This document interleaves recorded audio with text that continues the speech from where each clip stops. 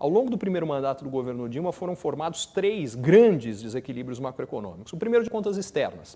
O que aconteceu é que a política econômica do governo brasileiro nos últimos 15 anos praticamente só estimulava consumo, não estimulava produção, a gente não teve ganhos de produtividade e o que aconteceu? Mão de obra ficou mais cara, espaço ficou mais caro, elevação de custo de aluguel em função do boom imobiliário, matérias-primas ficaram mais caras, o que significa? Produzir no Brasil ficou mais caro. A única forma disso não ter acontecido é que a gente tivesse um ganho de produtividade que compensasse. Isso não aconteceu por falta de investimento em educação, em automação, em infraestrutura, enfim. Resultado, as empresas começaram a parar de produzir no Brasil e mandar a produção para fora. Os próprios consumidores, nos últimos anos, pararam de consumir no Brasil e passaram, quando tinham a chance, a comprar fora, porque era mais barato do que comprar aqui. Efeito disso.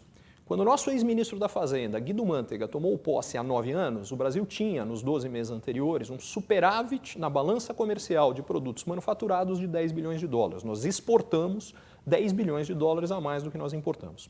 Quando ele saiu do governo, há um ano e pouco, o Brasil tinha um déficit na balança de manufaturados de 110 bilhões de dólares. O que isso significa na prática? Deixamos de produzir, por consequência, não geramos emprego, não geramos crescimento, não geramos desenvolvimento. Isto aqui gerou um problema, um desequilíbrio na nossa balança comercial e nas contas externas. Como isso foi resolvido? O dólar, nesse meio tempo, chegou a estar 1,5 alguns anos atrás, bateu em 4. Resultado, hoje não é mais barato, muita coisa que era mais barato produzir e trazer do exterior, hoje não é. O que a gente tem com isso é uma queda, somado à recessão, uma queda brutal nas importações, as exportações estão começando a crescer e isso vai resolver o problema da balança comercial. Talvez nós tenhamos esse ano, inclusive, o maior superávit da história do Brasil na balança comercial. Então, esse problema está resolvido. O segundo grande desequilíbrio era de inflação. O que aconteceu? No primeiro mandato, o governo Dilma segurou artificialmente uma série de preços que ele controlava para tentar segurar a inflação. Em particular, eu estou falando de energia elétrica, estou falando de gasolina, estou falando de metrô, de ônibus, enfim. Passadas as eleições, em função de um desequilíbrio brutal das contas públicas, que aliás é o terceiro desequilíbrio, o que a gente teve é que o governo teve que aumentar e muito esses preços. Resultado, a inflação sobe. Em segundo lugar, a própria desvalorização cambial, que encarece os produtos importados, também alimenta a inflação. Tanto dos produtos que a gente já traz de fora mais caro, como esse produto importado compete com um produto feito no Brasil, na hora que o preço do produto importado sobe, o produto brasileiro que compete com ele pode elevar o preço, porque está competindo com algo mais caro. Os dois fatores fazem com que a inflação se acelere e muito. Qual é a resposta do Banco Central? Fala, olha, eu tenho que proteger o poder da moeda, porque não adianta as pessoas ganharem mais se o dinheiro compra menos. Como eu faço isso? Eu subo a taxa de juros, encareço o crédito, com isso menos gente vai às compras, a consequência vai ser que menos gente comprando, as empresas não podem puxar tanto os preços. Isso funciona. Cairia a inflação. Só tem um problema. Funciona porque derruba o consumo, derruba o crescimento. É a recessão que nós estamos vendo. E mais um detalhe. Isso leva algum tempo, é como um tratamento de uma doença grave, vamos dizer uma quimioterapia em resposta a um câncer.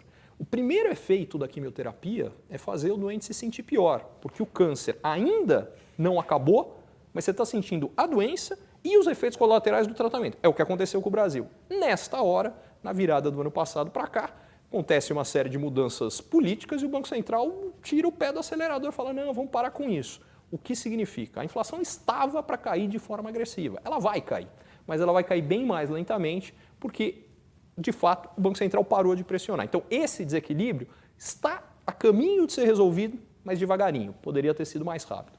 E vem o último, que é o das contas públicas. Esse a gente não está nem perto de ter resolvido, porque o governo subiu uma série de impostos, mas o problema é que a recessão tem um impacto de redução de arrecadação maior do que foi o ganho da elevação de alíquotas de vários impostos.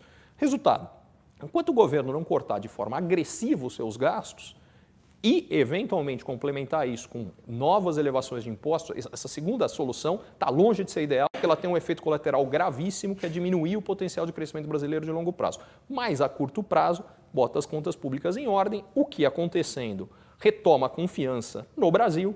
Confiança voltando, a gente vai trazer investimentos, porque basicamente o Brasil continua a médio e longo prazo muito interessante para investidores e empresários dos mais diferentes setores. O que isso aqui significa? Com investimento a gente gera emprego, com o emprego volta a confiança e o consumo e aí a gente entra num círculo virtuoso. Só tem um probleminha. Para fazer isso, o governo tem que ter a vontade e a coragem política de cortar os seus gastos e, do outro lado, o Congresso não pode bloquear o que o governo faz. Aí entra a solução da crise política. É aí que entra a dificuldade, mas acho que o ponto fundamental que eu quero colocar é todas as outras vezes na história brasileira, eu fui estudar desde 1900 para cá, que o Brasil passou por processos de contrações econômicas significativas, como eu defini um processo de contração econômica significativa, momentos onde o PIB trianual, ou seja, a média de crescimento de 3 anos, chegou próxima de zero ou negativa. Isso quase não acontece. Isso aconteceu no início dos anos 20, aconteceu nos anos 30, aconteceu nos anos 80 e aconteceu agora. Todas as outras vezes, na sequência de uma grande contração, vem um crescimento muito acelerado. Por quê?